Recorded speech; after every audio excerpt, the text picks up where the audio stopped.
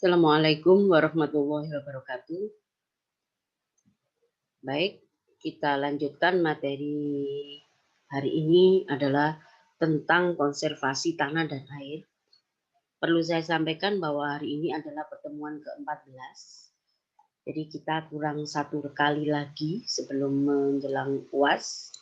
Jadi materi hari ini adalah konservasi tanah dan air. Untuk materi selanjutnya, pertemuan terakhir yaitu tentang survei tanah. Apa yang dimaksud dengan konservasi tanah?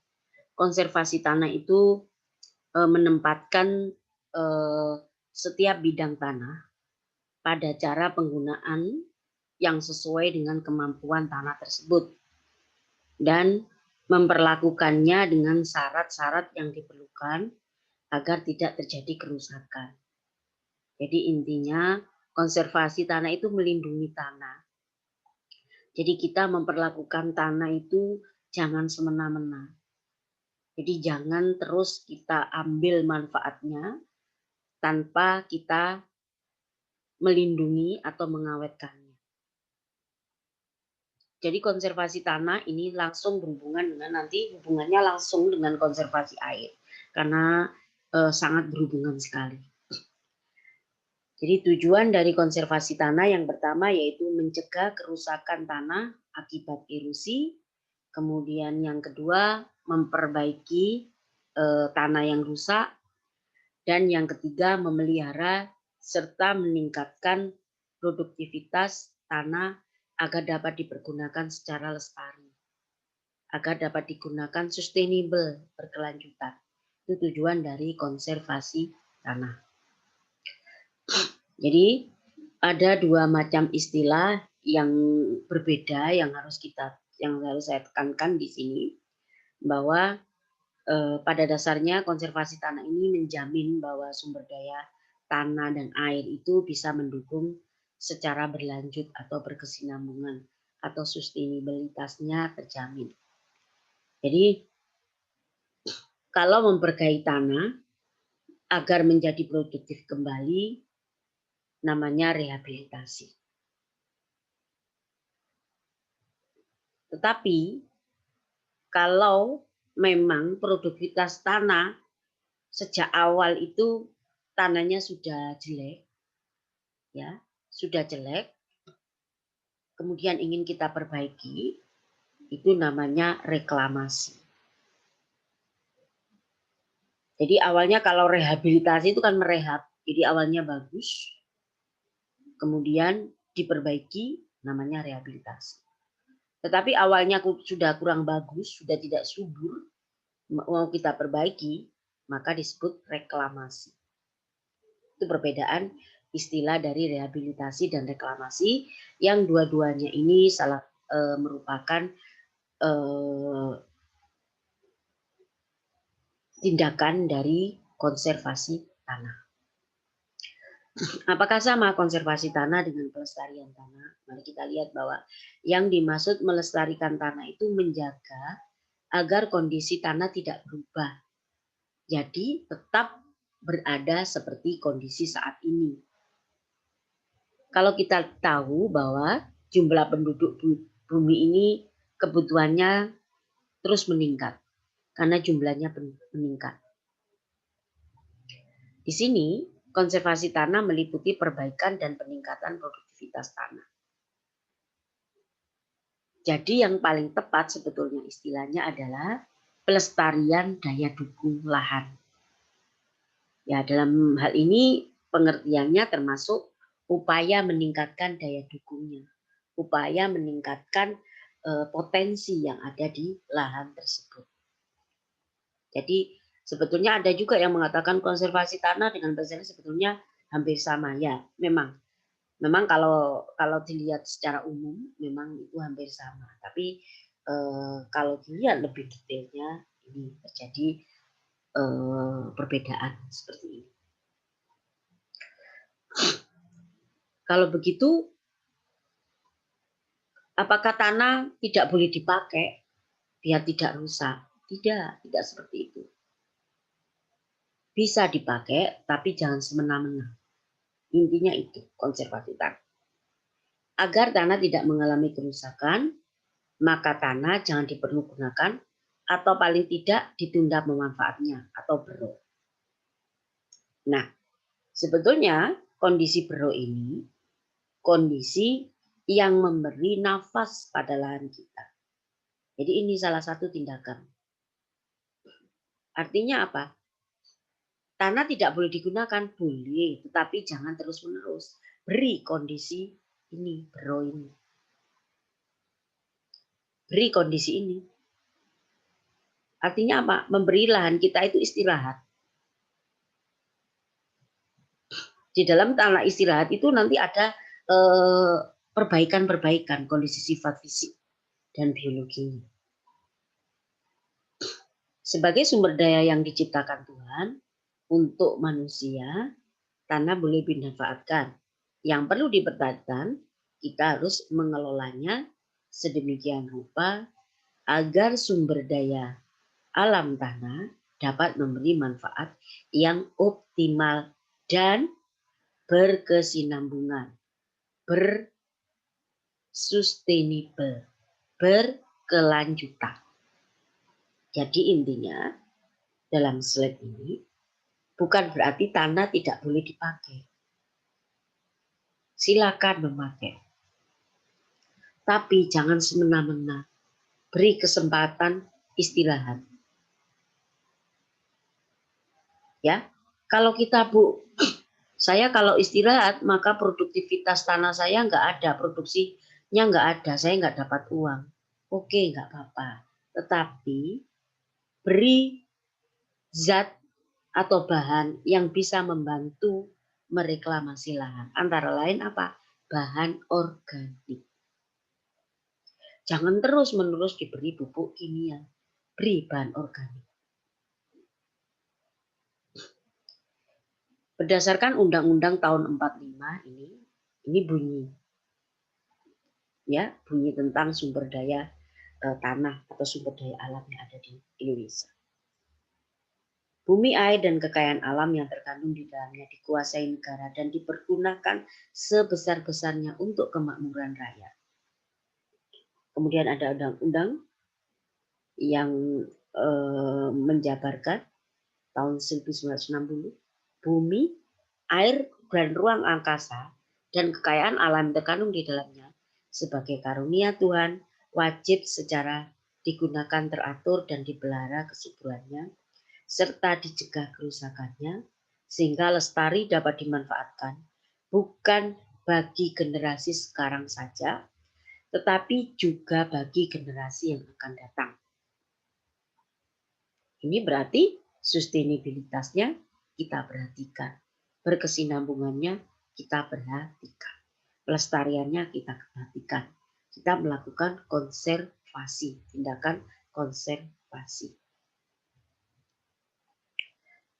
Pendekatannya untuk melindungi tanah agar tidak rusak, yang pertama, tidak mempergunakan tanah secara berlebihan. Gunakan cara pengelolaan yang tepat. Yang kedua, melindungi tanah dari energi perusak. Yang ketiga, memperkecil energi perusak. Yang empat, meningkatkan ketahanan tanah terhadap energi perusak.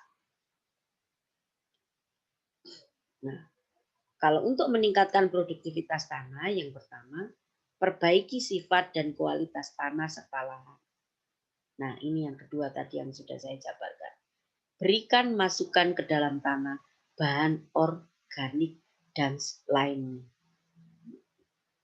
Jadi, bahan-bahan yang bisa memperbaiki tanah.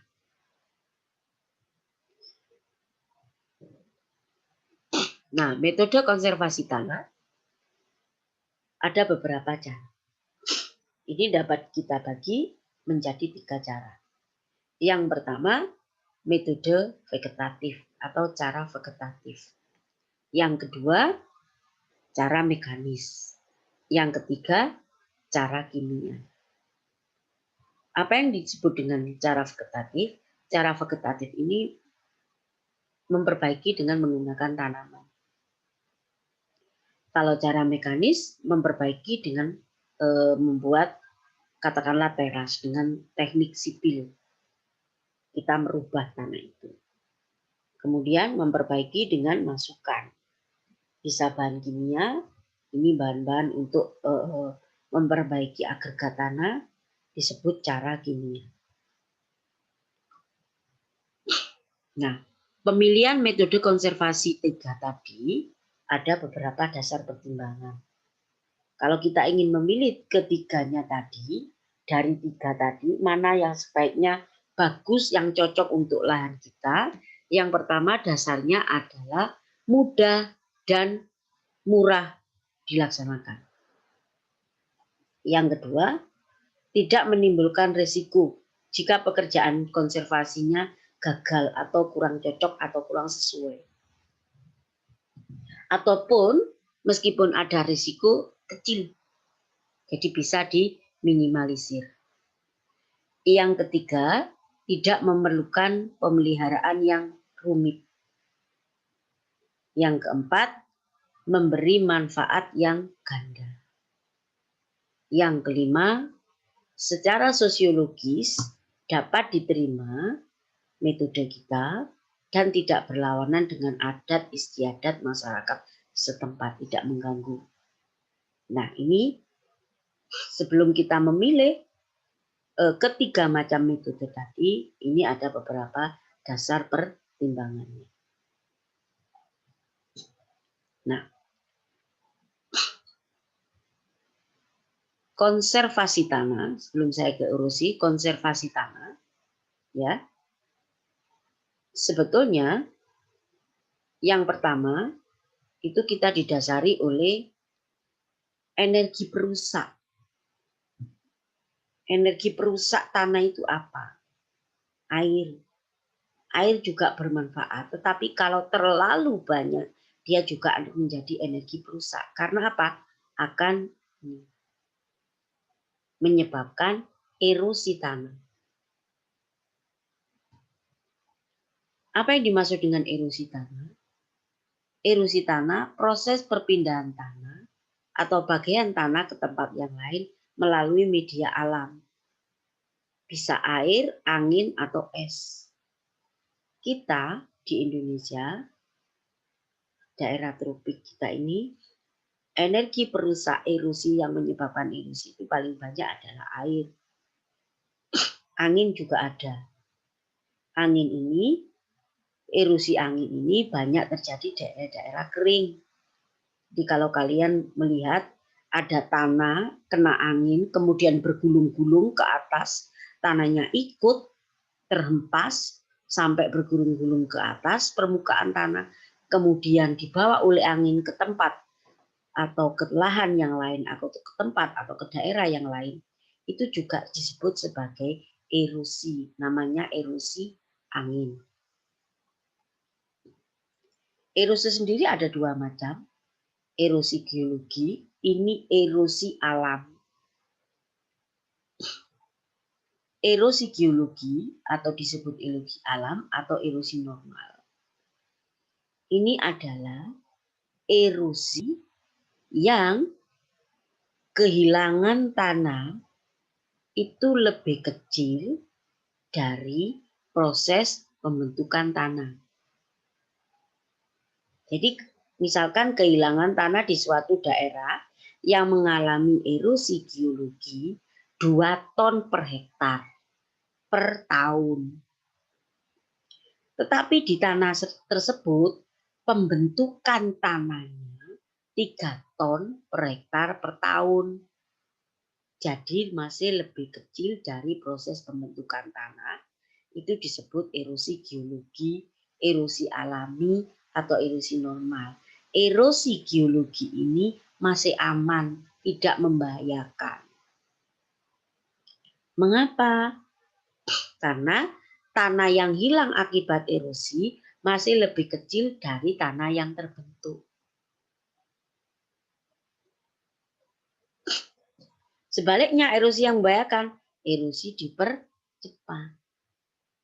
Kalau ini di daerah tadi erosi erosinya terjadi 4 ton per hektar. Padahal pembentukan tanahnya tadi 3 ton per hektar. Maka melebihi dari yang tanah yang terbentuk. Maka itu membahayakan. Nah, ini yang harus dikendalikan. Bentuk erosi bermacam-macam. Ada erosi lembar, alur, parit, tebing, longsor. Ini juga suatu bentuk erosi. Nah, ini adalah tenaga yang merusak tanah karena erosi. Ada air, ini sebetulnya neraca air. Air yang diterima suatu lahan, kemudian disimpan, air yang diterima dikurangi, air yang disimpan, itu sama dengan air yang hilang. Ini seimbang. Atau curah hujan, air yang disimpan sama dengan air presipitasi. Air perkolasi, api ini air perkolasi, air presipitasi. Presipitasi, air hujan. Ini yang intersepsi, ini maksudnya yang tersimpan di dalam tanah. Nah, dampak erosi sekarang, ya, dampak erosi atau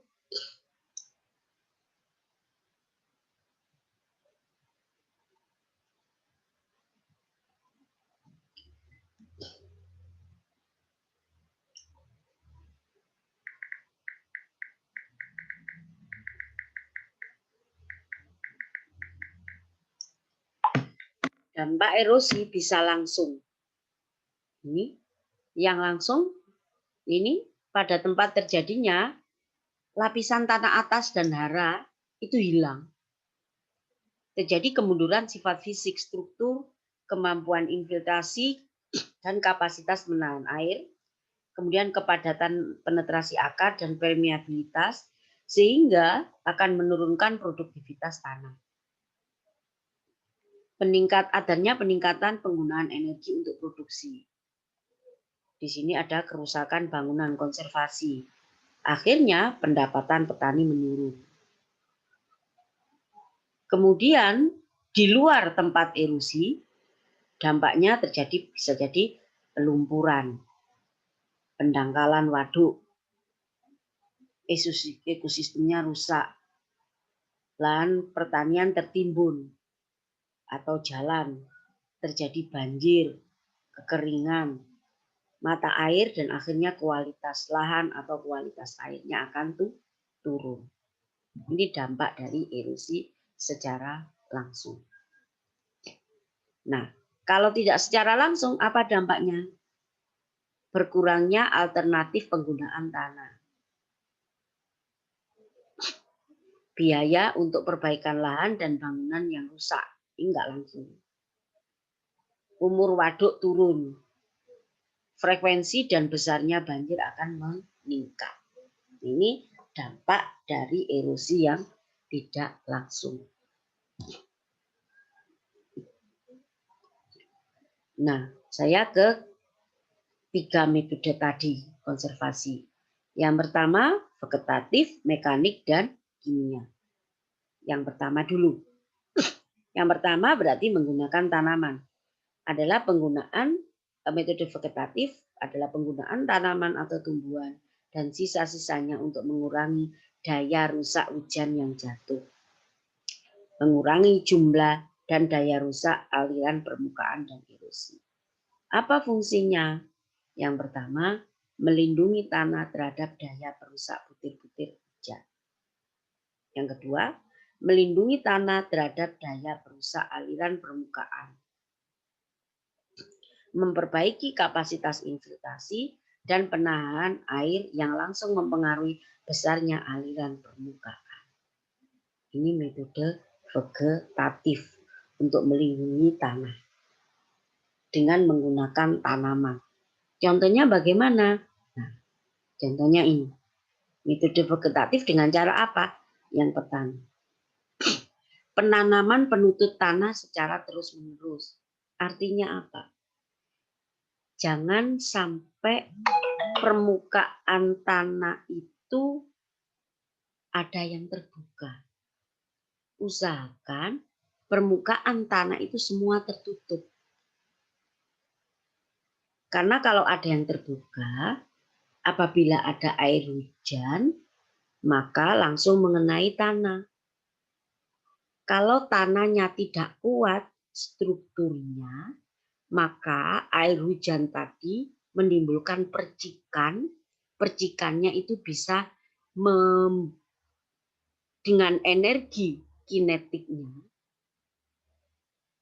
bisa menguraikan partikel tanah menjadi partikel-partikel yang kecil. Makanya kalian kalau lihat ketika hujan ada tanah di permukaan tanah itu kemudian keruh, itu artinya sudah ada tanah yang terurai, terpercik, rusak menjadi partikel-partikel tanah yang kecil sehingga terjadi menyebabkan keruh. Itu salah satu contoh sudah terjadi erosi. Kalau makin tinggi energi perusaknya, artinya apa? Hujannya makin lama, berarti butir air hujannya makin banyak yang langsung mengenai permukaan tanah, maka bahaya erosi akan makin tinggi. Tetapi kalau di permukaan tanah itu ada tanamannya, maka butir air hujan tidak langsung mengenai permukaan tanah, tetapi mengenai tajuk tanaman, dedaunan tanaman. Sehingga energi perusaknya sudah berkurang, sudah ditahan oleh tajuk tanaman. Kemudian sampai ke permukaan tanah itu sudah makin kecil energi perusaknya. Hanya airnya tinggal netes-netes itu aja. Karena air hujan dari ketinggian awan yang tinggi mengenai sampai tajuk itu dipengaruhi oleh ketinggian. Ingat rumus energi potensial. EP energi potensial sama dengan MGH. M-nya massa, G-nya gaya gravitasi, H ketinggian. M-nya massa, butir air hujannya makin banyak, maka energi potensialnya makin tinggi. Gravitasi tetap ya konstan, 9,8 atau 10, enggak apa-apa, sama-sama dibulatkan 10 meter per detik kuadrat. Kemudian H itu ketinggian. Kalau hanya makin tinggi, berarti energi EP-nya, energi potensialnya juga makin tinggi. Kalau tidak ada tanaman, berarti kan langsung mengenai permukaan tanah. Berarti hanya juga makin tinggi. Maka dia punya potensi merusak. Partikel tanahnya makin tinggi. Tetapi kalau sudah masuk ke permukaan tanah, energinya bukan lagi energi potensial, berubah menjadi energi kinetik setengah MV kuadrat. Ya, itu ya, ingat fisika. Nah, tindakan yang kedua, menanam dalam strip cropping. Ini dengan garis-garis atau lajur-lajur nanamnya. Jadi di antara lajur itu kita beri selokan-selokan untuk mengalirkan tempat dari air. Kemudian yang ketiga, lakukan pergilingan tanaman dengan tanaman pupuk hijau atau tanaman penutup tanah dari legum. Nah, lakukan pergilingan tanaman. Ini bagus untuk tanah kita. Jadi, kamu jangan terus-menerus menanam satu jenis tanaman. Padi terus-menerus, panjang tahun, bertahun-tahun malah. Itu jelek nanti untuk lahan. Ya, lakukan pergantian. Setelah padi, katakanlah 2 siklus atau 1 siklus, saya ganti jagung. setelah itu saya ganti kacang, setelah itu saya ganti kedelai, saya balik lagi ke padi atau tanaman yang lain. Jadi usahakan jangan monokultur terus-menerus. Oke. Kemudian tindakan yang keempat, sistem pertanaman hutan agroforest. Tanaman hutan ini maksudnya menanam tanaman minimal satu tanaman musim dan satu tanaman tahunan. Jadi ini tidak monokultur. Jadi usahakan dalam satu lahan itu ada tanaman semusim, ada tanaman tahunan, tanaman yang umurnya panjang. Kalau tanaman semusimnya dipanen, tanaman tahunannya masih ada. Fungsinya apa sebetulnya? Fungsi tanaman tahunan ini sebetulnya bisa yang pertama sebagai penahan angin, yang kedua bisa memberi sumber bahan organik bagi tanah tersebut. Karena tanaman tahunan, maka daun-daun yang jatuh itu sebagai seresa atau sebagai liter, sebagai sumber bahan organik. Yang memanfaatkan apa? Yang memanfaatkan nanti bisa tanaman pangan di situ dan juga bisa tanaman hutannya itu sendiri. Kemudian kelebihan menanam tanaman tahunan bersama tanaman semusim. Tanaman tahunan itu akarnya kan panjang. Nah ini bisa mengambil unsur hara yang tercuci ke lapisan yang lebih dalam. Pencucian hara bisa diambil oleh perakaran tanaman tahunan. Apa itu pencucian hara? Sudah saya jelaskan di unsur hara esensial kemarin. Sudah. Kemudian tindakan yang kelima, memanfaatkan sisa tanaman. Nah ini memberikan kembali sisa-sisa tanaman hasil panen ke lahan. Sebagai apa? Sebagai sumber bahan organik dari lahan tersebut. Oke, ini adalah metode vegetatif. Nah, ini sudah tadi ya penanaman. Terus ya saya lewati. Oke. Nah, ini juga sudah saya jelaskan sebetulnya secara terus-menerus tadi ya. Fungsinya ini daya disper dan pengajuran bibir hujan tadi sudah. Oke, penanaman dalam strip. Ini menanam dalam strik yang berseling-seling dan disusun memotong lereng atau sesuai garis kontur. Pergiliran tanaman sudah, jangan hanya satu tanaman saja.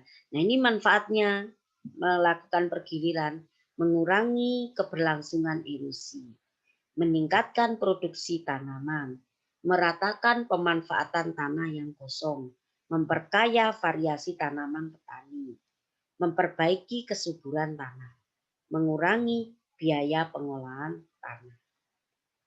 Selanjutnya memelihara keseimbangan ekologi dalam tanah. Nah, pergilingan tanaman ada yang disebut dengan sequential planting. Artinya apa? Penanaman secara beruntun, segera setelah tanaman terdahulu dipanen.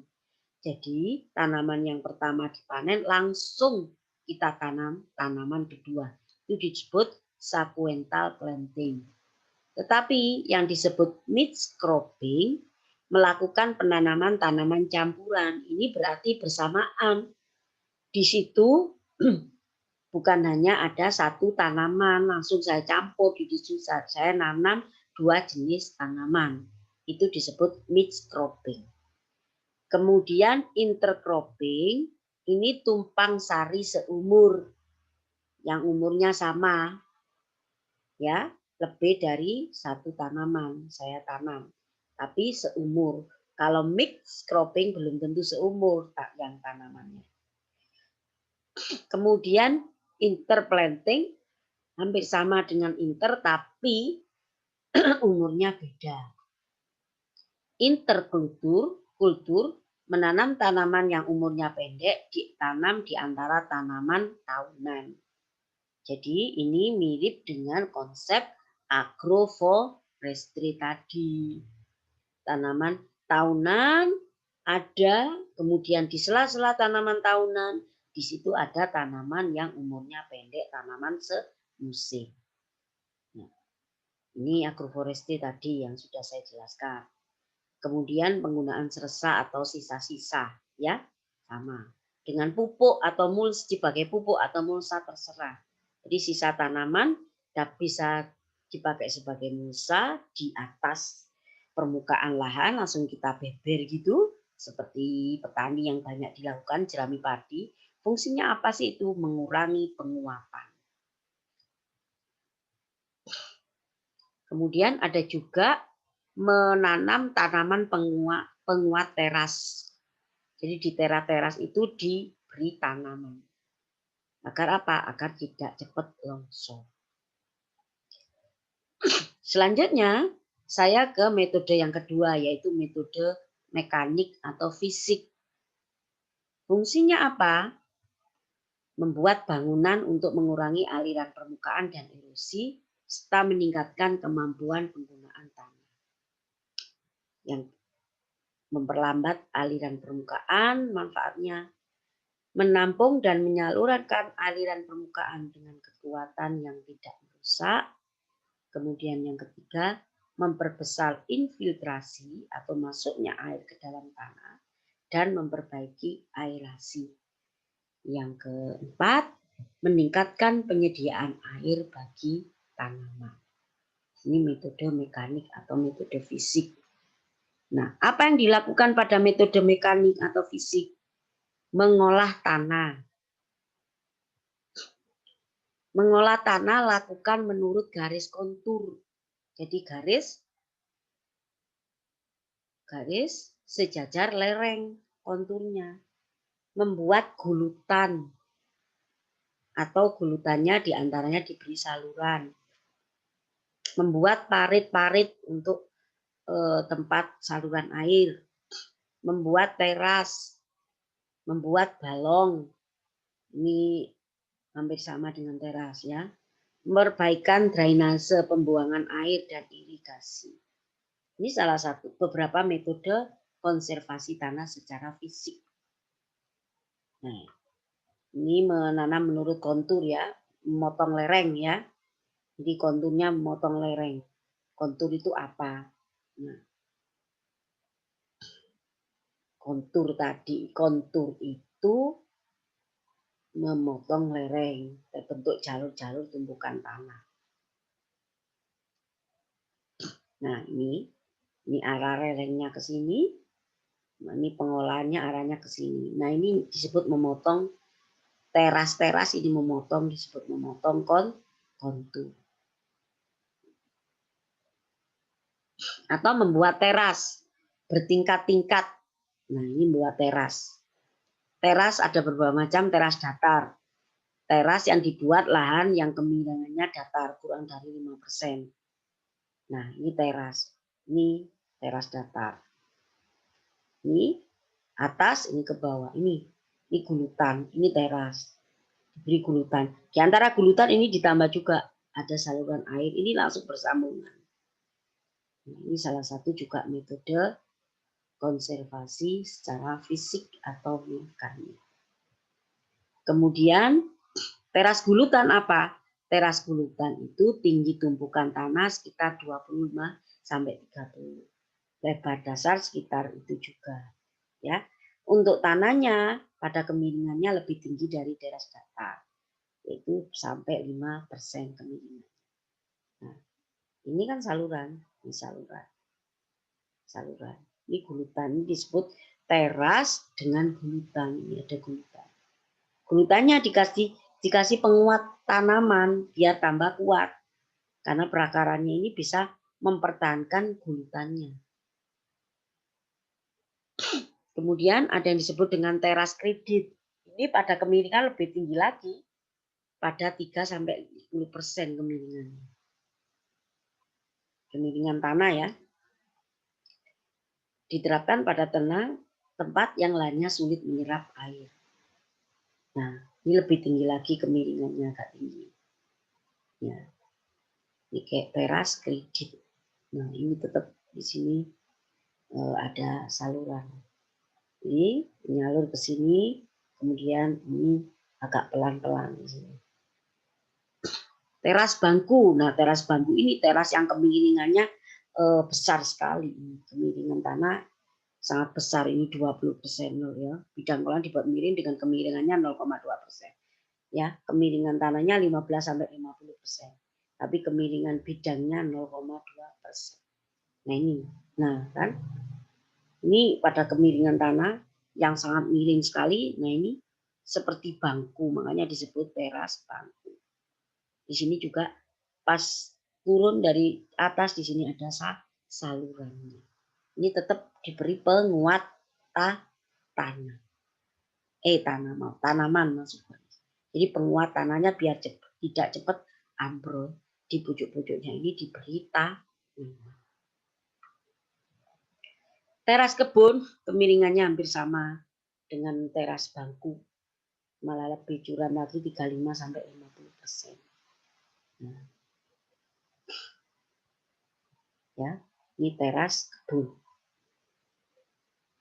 Teras individu pada lahan perkebunan dengan jarak tanamnya tidak teratur. Makanya disebut individu. Ya, terserah ini jarak tanamnya tidak diatur. Ini kemiringan lahannya. Kemudian bisa juga ditambah dengan pembuatan saluran pembuangan air. Ini juga secara fisik atau secara mekanik. Tadi sudah saya jelaskan saluran pembuangan di antara teras-teras tadi.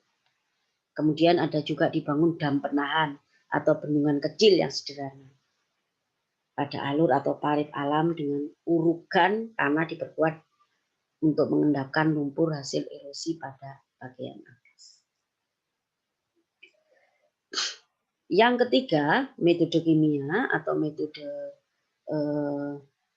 dengan penambahan pupuk-pupuk kimia atau bahan-bahan kimia, biasanya ini mahal, ini jarang dipilih orang. Karena apa? Bahan kimianya biasanya disebut soil conditioner. Ini adalah bahan pemantap struktur tanah.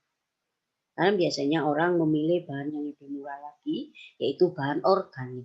Kalau ini bahan kimia. Ini belinya juga di toko-toko bahan kimia.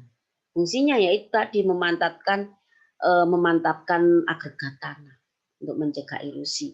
Artinya kalau tanah itu sudah mantap, maka ketika ada erosi tidak mudah terurai menjadi partikel-partikel yang lebih kecil. Mengurangi dan meningkatkan KTK tanah. Ini contohnya bahan-bahan kimianya ini atau zat-zat kimianya, senyawa kimianya ini. Namanya polivinil alkohol, poliakrilamid, kemudian poliakrilit asid, fama, vinil asetit, malsit asid, komplimer, daima, dan PAM atau emulsi bitumen. Nah, ini semua bahan-bahan ini semua mahal. Jadi ini jarang sekali dipakai karena ini bayangkan kalau lahannya sedikit lah, kalau banyak ya butuh biaya yang sangat tinggi. Lebih baik kita memakai yang mudah kita cari yaitu bahan-bahan organik. Ini beberapa teknik konservasi praktis ya. Ini bisa dilihat apa yang sudah saya jelaskan tadi bisa juga diringkas di sini. Sebetulnya penggunaan lahan, nah itu untuk agronomi, pengelolaan tanah, dan untuk metode mekanik. Nah, ini konservasi tadi ya. Nah, kalau yang ini masuk konservasi metode ketatif tadi. Dengan memakai mulsa bisa. Crop management, mengelola dari tanamannya. Tadi ada high density planting, multiple cropping, cover, ini tanaman-tanaman penutup tanah tadi. Nah, ini multiple rotasi, tanam, dan strip cropping. Sudah tadi ya. Kemudian juga bisa vegetatif yang lain dengan metode mulsa, jadi memberi mulsa di permukaan tanah. Bisa mulsa itu bisa natural, alami, bisa mulsa sintetik buatan. Kalau kalian sering lihat di lahan petani ada tanah yang ditutup plastik hitam, nah itu disebut mulsa sintetik, mulsa plastik. Tapi kalau ada yang ditutup dengan jerami padi, nah itu salah satunya disebut mulsa alam. Nah ini metode pengelolaan manajemen tanahnya, konservasi pengelolaan tanahnya bisa dengan kontur, bisa dengan ridging, bisa dengan pengolahan yang minimum, teras, pembuatan saluran air, memperbaiki struktur tanah, ini mekanik tadi. Mekanik, ya. Oke. Nah, ini contoh-contoh teras kebun ini. Ini juga salah satu contoh pembentukan teras. Nah, ini ada musanya jerami. Nah, ini teras yang sangat cantik sekali di luar negeri. Ya. Kenapa? Karena tanamannya ini beda. Ini salah satu contoh perbaikan tanah. Ini dengan metode mulsa dan strip cropping. Jadi menanamnya strip-strip, jenis tanamannya beda-beda. Ini cantik sekali umurnya. Umurnya sepertinya hampir sama karena ini pertumbuhannya ketinggiannya sama. Jadi bisa membentuk pemandangan yang cantik sekali kalau kita atur. Nah ini salah satu bentuk alley cropping yang saya katakan tadi, salah satu bentuk dari agroforestry dengan kombinasi tanaman tahunan dan tanaman semusim. Tanaman tahunannya ini jarak tanamnya diatur, ini seperti lorong ini. Makanya alley cropping ini juga disebut budidaya lorong atau hedgerow intercropping. Jadi di antara tanaman tahunan ini ada tanaman semusim. Cantik sekali, ini juga ada jarak tanamnya. Nah, kalau ini sudah menutup cahaya di sini, maka ini seharusnya dipangkas. Bahan organiknya, ini daunannya dipangkas, dikembalikan lagi ke dalam tanah sebagai sumber bahan organik. Nah, ini model wheat brick penahan angin. Ya, tanaman penahan angin, ini fungsinya tanaman penahan air. Jadi di antara tanaman musim, tanaman pangan, di sini ditutup dengan tanaman tahunan. Tujuannya untuk menahan angin. Ini biasanya diterapkan pada daerah-daerah yang kecepatan anginnya tinggi. Ini bentuk teras bangku ini sepertinya, karena ketinggian curam. Kalau ini agak landai. Nah, demikian materi kita tentang konservasi tanah dan air. Apabila ada pertanyaan, nanti kalian tulis di grup, jadikan satu, nanti saatnya akan saya jawab jadi satu. Demikian saya akhiri pertemuan hari ini. Wassalamualaikum warahmatullahi wabarakatuh.